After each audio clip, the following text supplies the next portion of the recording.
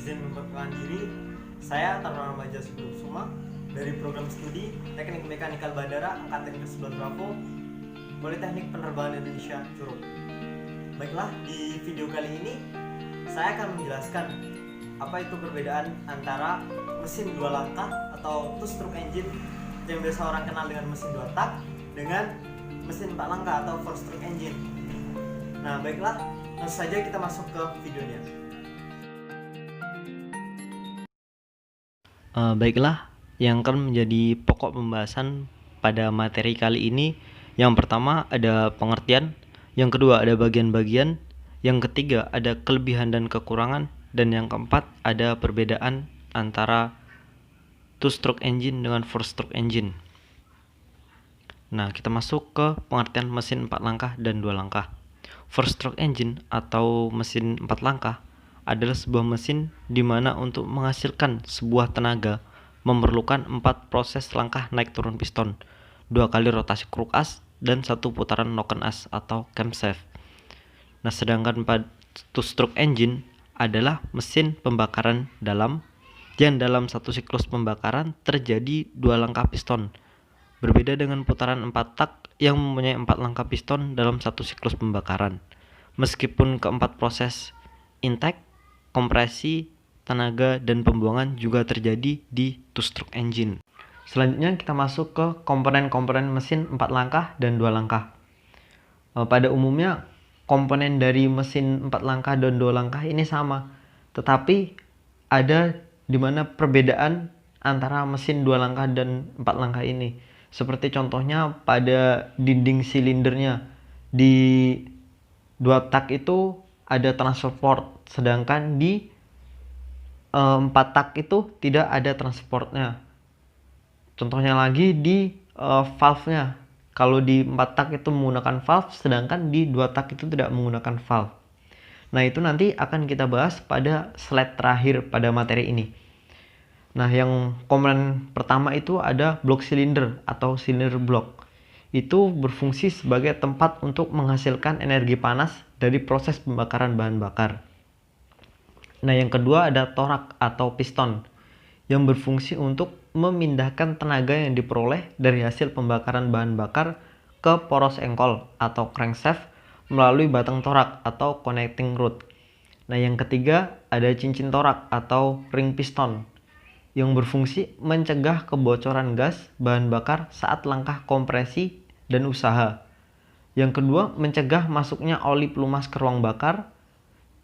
Yang ketiga, itu memindahkan panas dari piston ke dinding silinder.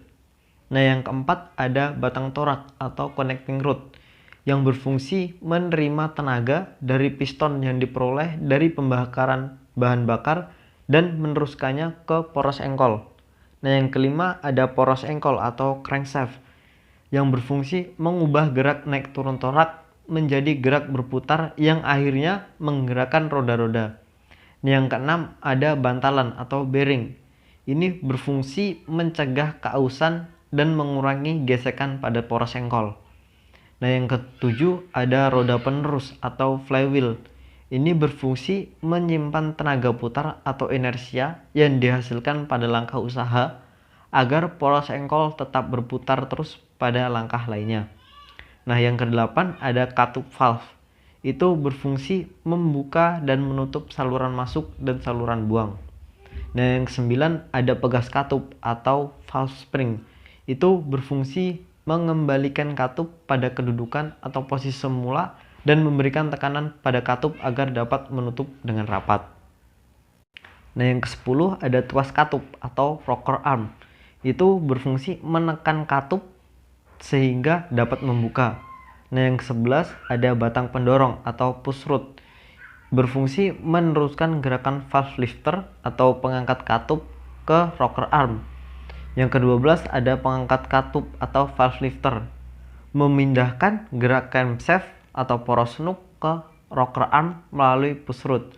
Nah, yang ke-13 ada poros bubungan atau poros knock atau camshaft. Berfungsi membuka dan menutup katup sesuai dengan waktu atau timing yang telah ditentukan. Yang ke-14 ada carter atau oil pan. Itu berfungsi menampung oli pelumas. Nah, yang ke-15 ada penatorak atau piston pin. Ini berfungsi menghubungkan torak dengan connecting rod melalui lubang bushing. Nah, yang ke-16 ada bantalan luncur aksial atau transducer. Berfungsi menahan poros engkol agar tidak bergerak atau bergeser maju mundur. Nah, yang ke-17 ada timing chain atau rantai timing. Ada timing belt atau sabuk timing yang berfungsi menghubungkan gerak putar poros engkol ke poros nook. Yang ke-18 ada kepala silinder atau cylinder head. Itu berfungsi sebagai tempat kedudukan mekanisme katup, ruang bakar, busi, dan sebagai tutup blok silinder. Nah, yang ke-19 ada dudukan katup atau valve seat. Itu berfungsi sebagai tempat dudukan katup saat menutup. Nah, bisa dilihat gambar di sebelah kanan itu adalah yang di atas itu adalah gambar dari mesin 4 langkah. Nah, yang di bawah itu adalah gambar dari mesin 2 langkah. Dari gambar di samping itu bisa kita lihat perbedaan dari mesin 4 langkah dan 2 langkah. Baiklah, selanjutnya kita masuk ke siklus mesin 4 langkah atau 4 stroke. Yang pertama, langkah hisap. Ini bertujuan untuk memasukkan kabut udara dan bahan bakar ke dalam silinder. Sebagaimana tenaga mesin diproduksi tergantung dari jumlah bahan bakar yang terbakar selama proses pembakaran. Nah, prosesnya itu, pertama, piston bergerak dari titik mati atas atau TMA menuju ke titik mati bawah atau TMB. Nah, dan klem inletnya terbuka dan bahan bakar masuk ke silinder. Kruk asnya berputar 180 derajat, sedangkan noken asnya berputar sejauh 90 derajat. Nah, tekanan negatif piston tadi menghisap kabut udara dan bahan bakar itu masuk ke dalam silinder. Selanjutnya, langkah kompresi. Dimulai saat klep inlet menutup dan piston terdorong ke arah ruang bakar akibat momentum dari kruk as dan flywheel. Tujuan dari langkah kompresi adalah untuk meningkatkan temperatur sehingga campuran udara dan bahan bakar dapat bersenyawa. Rasio kompresi ini juga nantinya berhubungan erat dengan produksi tenaga. Nah, prosesnya itu, pertama, piston bergerak kembali dari TMB ke TMA. Klep inletnya menutup dan klep exhaustnya tetap tertutup. Nah, bahan bakar termampatkan ke dalam kubah pembakaran atau combustion chamber. Sekitar 15 derajat sebelum titik mati atas, busi menyalakan bunga api dan memulai proses pembakaran. Nah, putaran kruk asnya itu sudah mencapai satu rotasi penuh 360 derajat dan noken asnya mencapai 180 derajat. Selanjutnya, langkah yang ketiga itu adalah langkah tenaga. Dimulai ketika campuran udara dan bahan bakar dinyalakan oleh busi. Dengan cepat, campuran yang terbakar ini merambat dan terjadilah ledakan yang tertahan oleh dinding kepala silinder, sehingga menimbulkan ledakan balik bertekanan tinggi yang mendorong piston turun ke silinder bor. Gerakan linear dari piston ini berubah menjadi gerak rotasi oleh kruk as. Energi rotasi diteruskan sebagai momentum menuju flywheel yang bukan hanya menghasilkan tenaga. Counterbalance wave pada kruk as membantu piston melakukan siklus berikutnya. Nah, prosesnya itu yang pertama, ledakan tercipta secara sempurna di ruang bakar atau di combustion chamber. Nah, piston terlempar dari titik mati atas menuju titik mati bawah. Klep inlet menutup penuh, sedangkan menjelang akhir langkah usaha klep buang mulai sedikit terbuka. Terjadi transformasi energi gerak bolak-balik piston menjadi energi rotasi kruk as. Putaran kruk as mencapai 540 derajat, sedangkan putaran noken asnya mencapai 270 derajat. Nah, siklus yang terakhir itu adalah langkah buang. Langkah buang menjadi sangat penting untuk menghasilkan operasi kinerja mesin yang lembut dan efisien. Piston bergerak mendorong gas sisa pembakaran keluar dari silinder menuju pipa knalpot. Proses ini harus dilakukan dengan total, dikarenakan sedikit saja terdapat gas sisa pembakaran yang tercampur bersama pemasukan gas baru akan mereduksi potensial tenaga yang dihasilkan. Nah, prosesnya itu counterbalance wave pada kruk as memberikan gaya normal untuk menggerakkan piston dari TMB ke TMA. Klep exhaustnya terbuka sempurna, klep inlet menutup penuh. Gas sisa hasil pembakaran didesak keluar oleh piston melalui port exhaust menuju knalpot.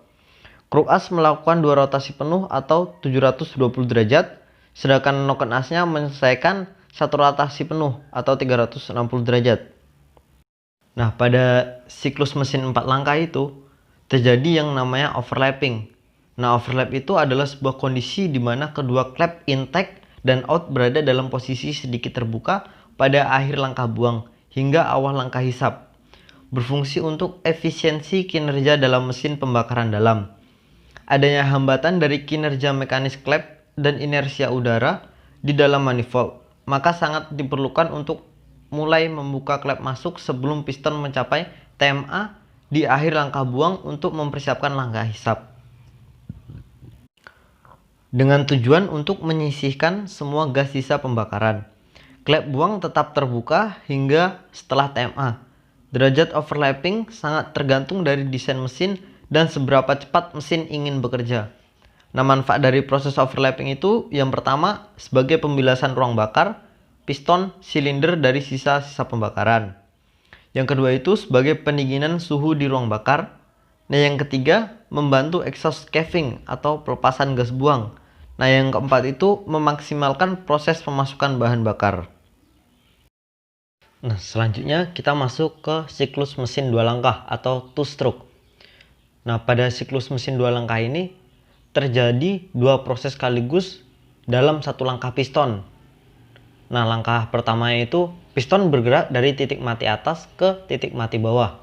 Pada saat piston bergerak dari TMA ke TMB, maka akan menekan ruang bilas yang berada di bawah piston. Semakin jauh piston meninggalkan TMA menuju TMB, tekanan di ruang bilas semakin meningkat. Nah, pada titik tertentu, piston atau ring piston akan melewati lubang pembuangan gas dan lubang pemasukan gas. Posisi masing-masing lubang tergantung dari desain perancang. Nah, umumnya ring piston akan melewati lubang pembuangan terlebih dahulu. Pada saat ring piston melewati lubang pembuangan, gas di dalam ruang bakar keluar melalui lubang pembuangan. Nah, pada saat ring piston melewati lubang pemasukan, gas yang tertekan dalam ruang bilas akan terpompa masuk ke dalam ruang bakar sekaligus mendorong gas yang ada dalam ruang bakar keluar melalui lubang pembuangan. Nah, piston terus menekan ruang bilas sampai titik TMB, sekaligus memompa gas dalam ruang bilas masuk ke dalam ruang bakar. Langkah keduanya, prosesnya itu pertama piston bergerak dari TMB ke TMA. Pada saat piston bergerak dari TMB ke TMA, maka akan menghisap gas hasil pencampuran udara, bahan bakar, dan pelumas masuk ke dalam ruang bilas. Pencampuran ini dilakukan oleh karburator atau sistem injeksi. Saat melewati lubang pemasukan dan lubang pembuangan, piston akan mengompresi gas yang terjebak dalam ruang bakar. Nah, piston akan terus mengompresi gas dalam ruang bakar sampai TMA. Pada saat sebelum piston sampai di TMA, busi menyala untuk membakar gas dalam ruang bakar.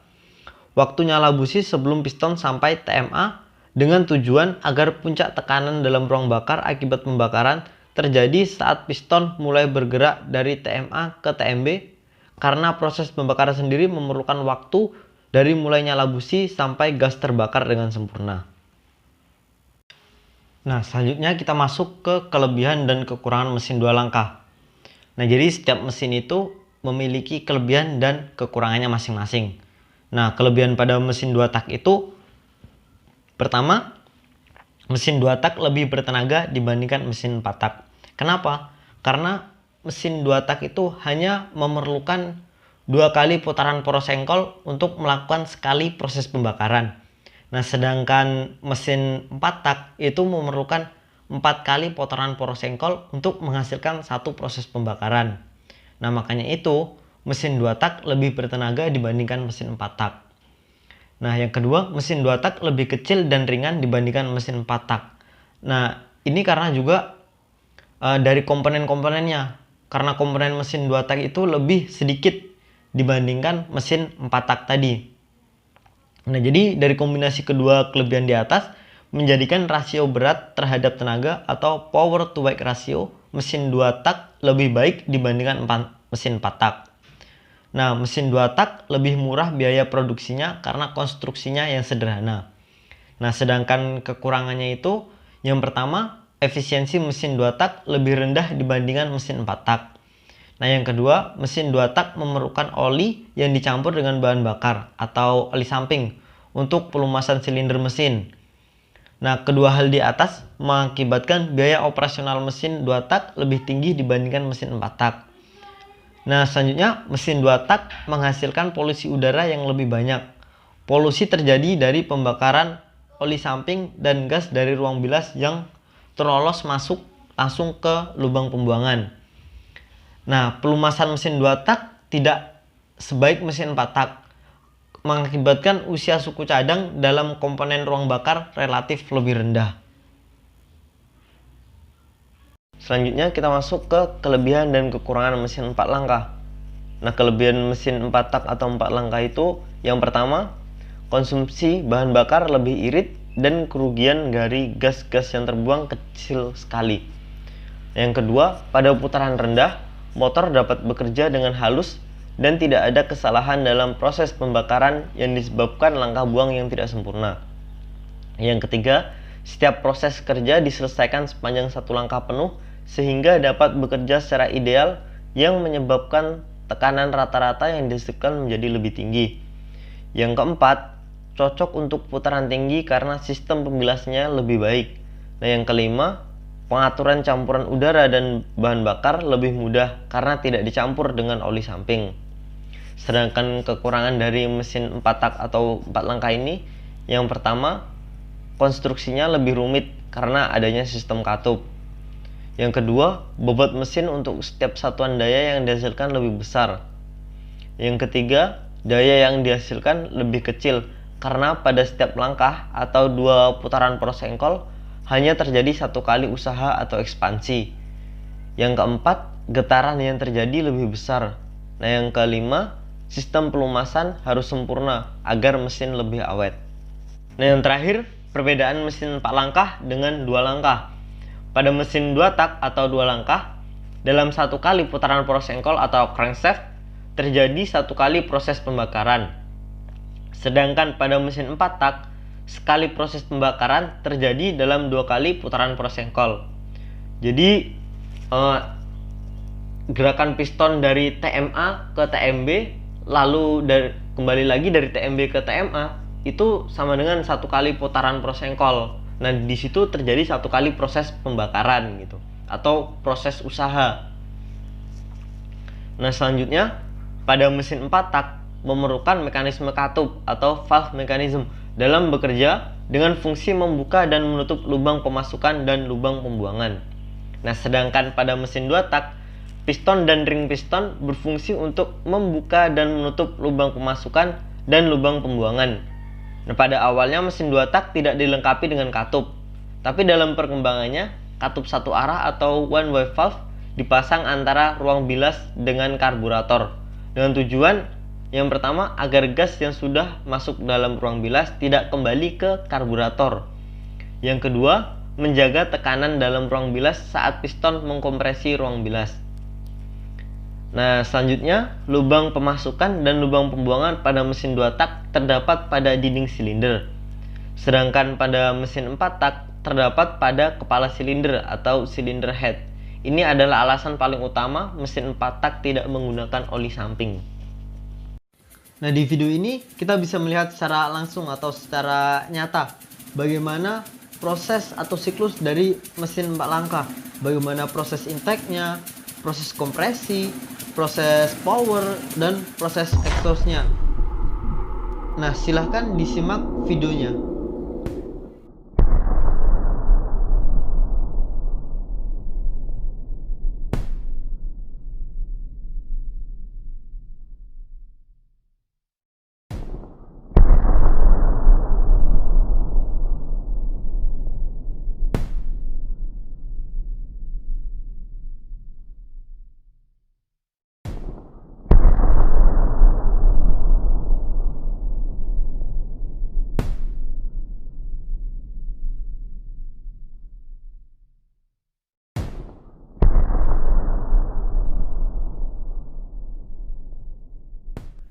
Terima kasih telah menonton video saya kali ini, dan semoga saja video ini dapat bermanfaat untuk kalian. Dan jika ada saran, kritik ataupun pertanyaan, Silakan tulis di kolom komentar. Dan insya Allah pada next video atau next materi saya akan membahas lebih dalam lagi tentang engine. Dan jangan lupa untuk like video ini, share video ini ke teman-teman kalian jika bermanfaat untuk kalian, dan jangan lupa subscribe channel ini.